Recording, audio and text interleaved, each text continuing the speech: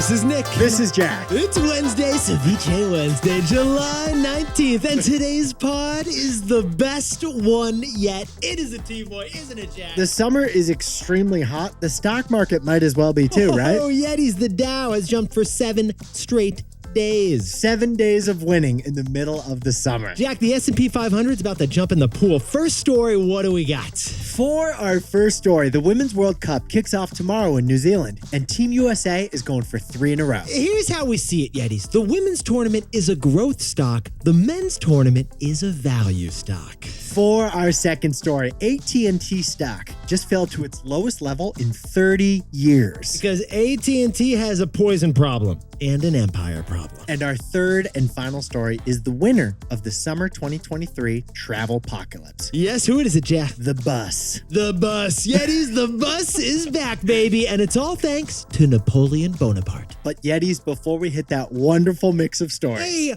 lovely mix of stories. That is a mix of stories, Jack. For our 1000th episode, we asked for things that you've done 1,000 times. Jack and I called it the 1,000 for 1,000 challenge. Nick and I have made producing a podcast a daily habit. So we wanted to know what's the daily thing that you've done 1,000 times too. And we got about 1,000 responses. Yeah, like give or take, they were awesome responses, all 1,000 of them. We loved them. For example, Gina has worn sunscreen 1,000 days in a row. Or Sarah Thornburg has practiced Spanish on Duolingo for 1,000 days in a row. Alexandra Colai, she's finished a Rubik's Cube to completion 1,000 days in a row. And Luis Andre Cuna has written a diary entry for his daughters 1,000 days in a row. Those were fantastic. But our favorite 1,000 for 1,000 entry is this one. Because this is one wild 1,000 story. Nisha Asnani is a musician and a songwriter who listens to this pod. And you may have heard Nisha's own song called Feel Good. It's a great song. It's Feel Good. Nick and I listened to it before this episode. You can hear it on Spotify. We just listened to it. Well, in 2017, that song went platinum. And Jack, can we sprinkle on a little context about going platinum? Going platinum means you sold 1 million albums or streaming equivalents. Going platinum? That's what you want to do. That's what the Beatles do. But here's the key. Before that one song went platinum, Nisha wrote 1,000 different songs. Exactly. She had to write 1,000 songs before one went platinum. That's dedication, that's love for what you do, and that's a win to celebrate. And that is why Nisha's is our favorite 1,000 story yet. Because it took 1,000 tries. And that 1,000th one was the best one yet. Let's hit our 3 stories. 15 years before this song, 2 boys from the Northeast met in the dorm. They had an idea that caused a cultural storm. It's the best one yet, but the best is the norm. Jack, Nick, that's it. I don't even think they need to practice. 50%, that's a fat tip. T-Boy City on your list. If you know, you know, cause we ready to go. We can't wait no more, so just start the show. Start the show.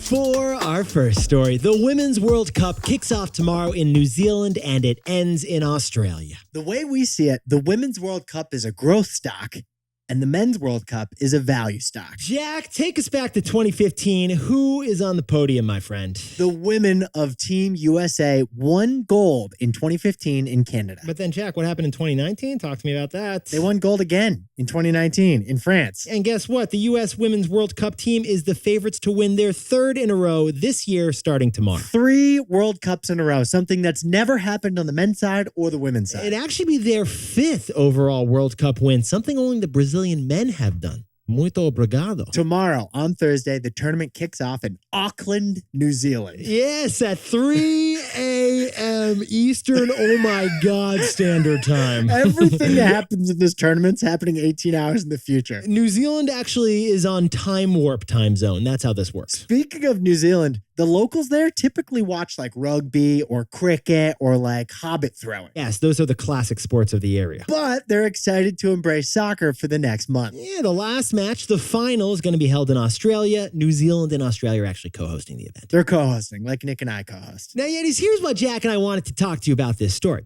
It's U.S. star Megan Rapinoe's last World Cup, but there are so many financial firsts in this tournament. For example, this is the first Women's World Cup where every player is guaranteed to get paid. There we you go. They're not treating the Women's World Cup like it's an internship. They're treating it like a major soccer tournament. This is also the first Women's World Cup where each national team gets a base camp. Okay, this is kind of cool. You get a permanent hotel and practice field for the whole tournament. Must be nice. You're not hopping from hotel to hotel like you have in the past. And we all know you're going to forget something in your room, and then it's an awkward go back, then you get benched. It's a horrible situation. And this is the first World Cup with 32 national teams participating. Which is a big jump from the 24 last time and the 16 teams back in 2011. Oh, but the biggest change from this World Cup to previous years? Good point, Jack, because this isn't just a soccer tournament. There's some money on the line. It's the prize pool. It's $110 million total to divvy up between the teams. Now, Jack, can we sprinkle on a little more context to this prize pool? $110 million for the women is a quarter as big as the prize pool for last year's men's tournament. Okay, but Jack, let's sprinkle on a little more context to the context we just sprinkled on. Yeah, why is the women's amount a quarter as much as the men's amount? Well, the women's viewership happens to be 1/4 of the men's viewership. Yeah, the reason is TV. That's why. But Yetis, the gap is shrinking. It's shrinking fast. And the reason is because of our takeaway. So, Jack, what's the takeaway for our buddies down under at the World Cup? The Women's World Cup is a growth stock. The Men's World Cup is a value stock. All right, Yetis, follow us in this one. Here's what we're thinking. The Women's World Cup is still young. Its first tournament was like 30 years ago. The men's first tournament was 100 years ago. So the women's tournament is still enjoying some huge growth spurts that the men's tournament isn't. Get these numbers. Back in 2011, the Women's World Cup was watched by 15 million people globally. The 2019 World Cup, the most recent one, was watched by 260 million people globally. Whip out the whiteboard, Yetis. That is 1,600% growth in just 8 years. For the men, over the same period, growth was just 50%. So Jack and I are looking at these World Cup numbers and we're thinking, wait, these are like two different types of stocks in the stock market. The Men's World Cup is like your Apple, your Coca-Cola, your Berkshire Hathaway. It's a value stock. It's not growing fast, but it's already huge. The Women's World Cup, on the other hand, is more like a fast-scaling tech startup. It's a growth stock. It's not giant yet, but it's growing fast. The Women's World Cup is a growth stock. And the Men's World Cup is a value stock. For our second story, AT&T stock just fell to its lowest level in, get this, 30 years. Because AT&T has a lead problem and an empire problem. 30 years. Jack, that's 1993. What were you doing in 1993? I was like eating chicken nuggets and buttered noodles at a restaurant. I think like my dad snuck me into Jurassic Park and I thought it was cool. Yes, that was a good move. John Williams. Well, that was the last time AT&T was having any fun. 1993 was the last time the A&T stock price was at the level it's at today. 1993, back when Zach Morris's cell phone from AT&T was ringing off the hook and it was the size of a shoe. Yetis, AT&T stock is down by 60% in the past 6 years, despite its cozy three-opoly status in the cell phone industry. Now, here's what Jack and I found fascinating about this story. The latest AT&T stock drop is because of one single article. That article is written by the Wall Street Journal, and it's really an investigation. Because the Wall Street Journal discovered that many of AT&T's underwater cables contain poisonous lead. The Wall Street Journal found 2,000 lead cables owned by the telecom companies, and they are leaking. They're leaking upward into like the schools, the homes, the playgrounds, the lakes, even the drinking water. Now that is an alarming, scary, freaky kind of an article to read. Yeah, for like everyone. But it's the most scary for shareholders and execs at Verizon and AT&T. And here is why. That article, it came out last week, but the story actually goes back 150 years. This story begins when the first telephone was invented. Oh, yes, it does. Jack, today it is 2023. We just spoke about 1993, but take us back to 1883. 1883 is when AT&T's predecessor, a company called Bell Telephone Company, was led by Alexander Graham Bell. Ever heard of him? He invented the telephone. Seriously, ever literally heard of him? Back then, when he invented the telephone, lead was as common as plastic is today. Like lead was everywhere. Like you'd go to a deli and you'd be like, I'll have a bacon, egg, and lead sandwich. Lead was in pencils. It was in paint. It was in batteries. It was in gasoline. It was even in cosmetics you put on your face. And for all telecommunications, including phone and internet today, it was lead cables that delivered the information. Only in the 1970s did we start phasing lead out because lead exposure can cause major health defects. So, Jack, fantastic. So happy to hear we started phasing out lead. I feel safe already. But wait, quick question. What about those cables that were underground that were hard to get to, the lead ones? How about those? What are those looking like? The ones that carry our emails still today? Yeah, how are those looking? We didn't dig those up. They're still there. Ah, yeah, we didn't. Yetis, it turns out, in fact, many cities today, their telecommunications cables are still 50% lead cables. And the Wall Street Journal's fantastic reporting shows that the underground lead from those cables can seep out and infect our drinking water. For example, Jack, what's going on over at lovely, pristine Lake Tahoe in California? In Lake Tahoe, laying on the lake bed, are 6 miles of cable owned by AT&T that contain lead. How much lead is in those cables? The water surrounding those cables has 2,500 times the legally permissible amount of lead, according to the Wall Street Journal. And that is just one site. Yetis, add it all up. And Wall Street is describing AT&T's lead cable situation as an unquantifiable liability. Now, AT&T is defending itself. They say that they're following the law and they're following best practices. Yes, they are. But that doesn't mean that they're not going to get sued. So, Jack, what's the takeaway for our buddies over at AT&T? It's the shortest takeaway yet. Yeah, it is. Empires fall. Yetis, this poisoned lead problem, it's just the latest problem for AT&T. Yeah, the stock was down 60% in 6 years before the lead allegations. So you gotta wonder when you hear this story, why didn't AT&T just dig up and replace those 2,000 pipes? Why didn't AT&T just eliminate this existential risk? Maybe because AT&T has been distracted by some disastrous acquisitions. Because Yetis, in the last few years, AT&T wasn't just a cell phone and internet service, was it, Jack? No, AT&T also acquired DirecTV and Warner Brothers Movie Studio. AT&T even owned HBO for some reason. When you were enjoying Game of Thrones, AT&T was making the money off your subscription. Now, in the last couple of years, AT&T had to sell off all that stuff for tremendous losses to the company. Yetis, for years, AT&T didn't want to just be a profitable cell phone and internet provider. It wanted to become an empire. And now that empire hath fallen.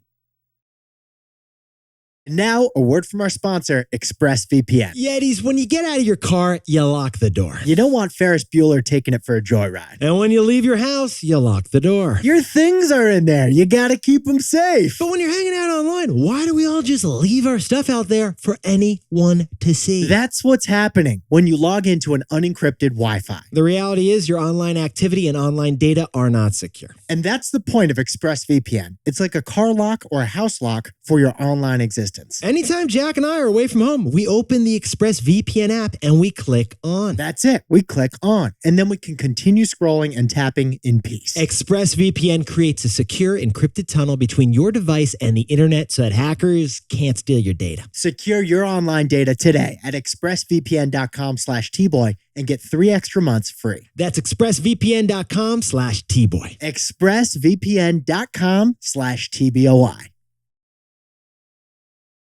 Framebridge. Yetis, it's the summer. You're on the beach. You're hanging out with your buddies. You got golf at 10, pickleball at 2, a sunset spritz at 8. Oh, must be nice, Jack. Summer is for seeing people, and we know you're taking pics with those people. So one thing that Jack and I are doing before summer ends, we're framing a picture with Framebridge. I already framed last year's cousin's vacation moment on Block Island on the beach. By the way, you were looking fantastic. I saw the picture, Jack. Yeah, I didn't want that picture to chill on my phone going nowhere collecting digital dust. So Jack, you upload it to framebridge.com, then you send one to you and you send 3 to your brothers in that photo. We use Framebridge for all our framing needs, whether it's just one picture or a whole ensemble of framed pics. So besties, visit framebridge.com or a local Framebridge store to get started and custom frame just about anything. And tell them T-Boy sent you.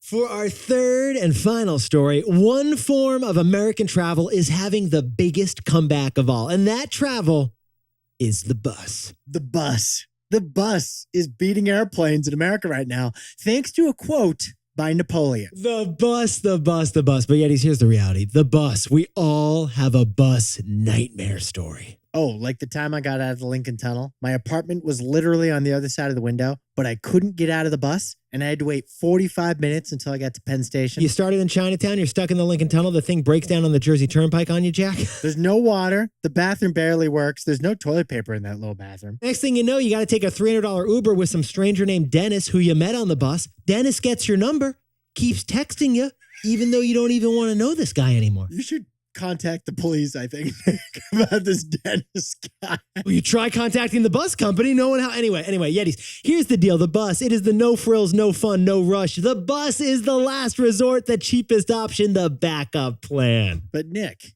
who's living their best life right now? Beep, beep, beep. It's the bus, baby. The bus. Yetis, this is what Jack and I found fascinating about this story. The bus has gone from plan B to plan A to get you from point A to point B.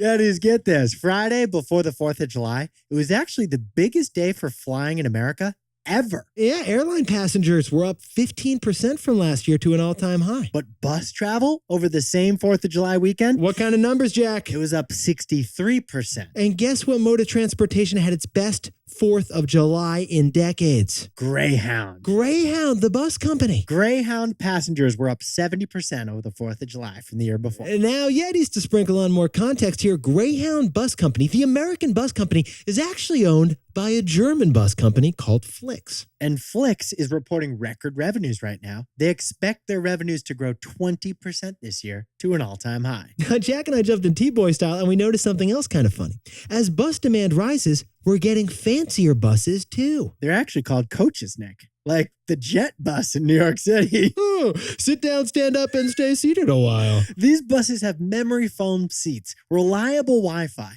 and motion-canceling shock technology that eliminates 90% of the bumps. This is like the kind of stuff that they have on SpaceX. But Yetis, Jack and I should point out something else about the bus surge lately. A third of the bus companies actually went out of business at the beginning of the pandemic. Because bus companies didn't get a bailout like the airline industry did. Good point. So the bus companies that survived are reaping outsized demand benefits right now. And it turns out there are just not enough bus seats for all those butts. Except Dennis's butt. No, I don't want to get together for a coffee. It was one Uber ride. So, Jack, what's the takeaway for our buddies over in the bus industry? Never interrupt your enemy when they're making a mistake. Never interrupt your enemy when they're making a mistake. Yetis, that's a quote from Napoleon, the short, powerful 19th century French emperor, who Joaquin Phoenix is about to play in a movie. As Napoleon said, if your enemy is messing up, just let them mess up. Don't interfere with them screwing up.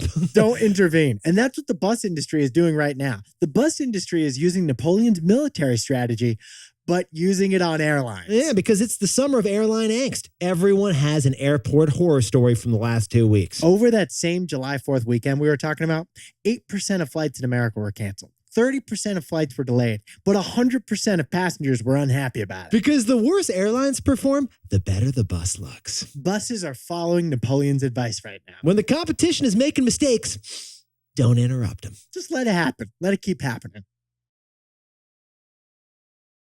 Yeah, can you whip up the takeaways for us for Ceviche Wednesday? The Women's World Cup kicks off tomorrow with a prize pool that's 1/4 the size of the men's. But the women's tournament is a growth stock. The men's tournament is a value stock. For our second story, AT&T is at a 30-year low because of Wall Street Journal's lead cable investigation. AT&T tried to create an empire, but empires fall. And our third and final story is buses. Buses are the it form of transportation in America this summer. As Napoleon said, when the airlines are making mistakes, the buses should just let it happen. Don't interfere. Just sit in traffic with Dennis.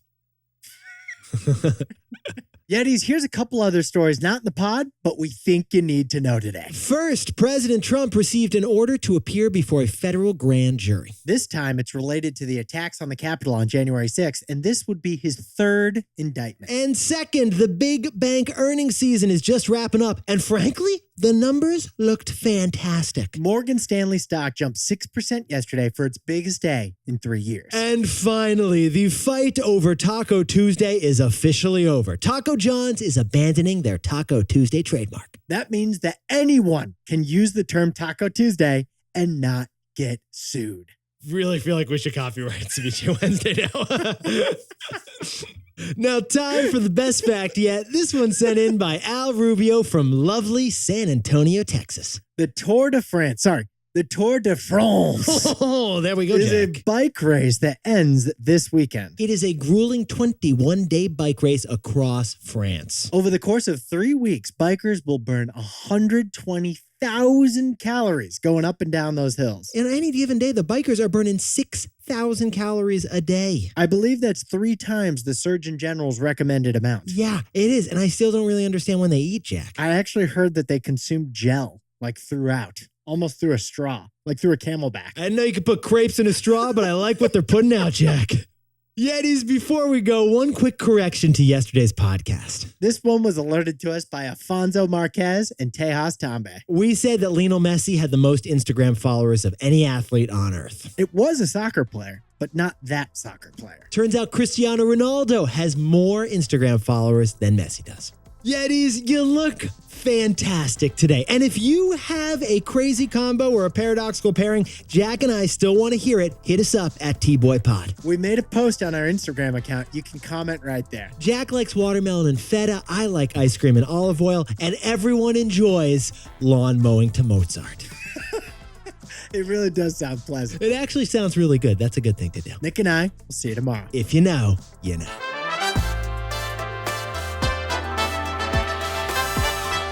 Before we go, a happy birthday to Yeti Santiago Segura down in Bogota, Colombia. Happy birthday to Nick Olsner in Santa Clara, California. And Brian Stein, the husband of Maddie Stein, has a lovely birthday over in Minnetonka, Minnesota. Happy 18th birthday to Maddie McGregor in Peoria, Illinois. And Natalie Householder is celebrating that 20th birthday at a crab shack, snapping some crabs in Pooler, Georgia. Oh, happy 21st birthday to Sarah Bourne in New York City. And Aditya Singh, happy birthday, and thank you for listening to all 1,000 T-Boy episodes down in Dallas. Legendary. And congratulations to Josh Graham, who starts his periodontal residency today in Winter Park, Florida. And Peter DiMaria, one of the best bats in Tufts baseball history, is retiring from the great game. And to anyone else celebrating something today, make it a T-Boy. Celebrate the wins. This is Jack. Nick and I both own stock of Apple, and we both own ETFs of the S&P 500, and I own stock of Berkshire Hathaway. No, I don't want to get together for a coffee. It was one Uber ride.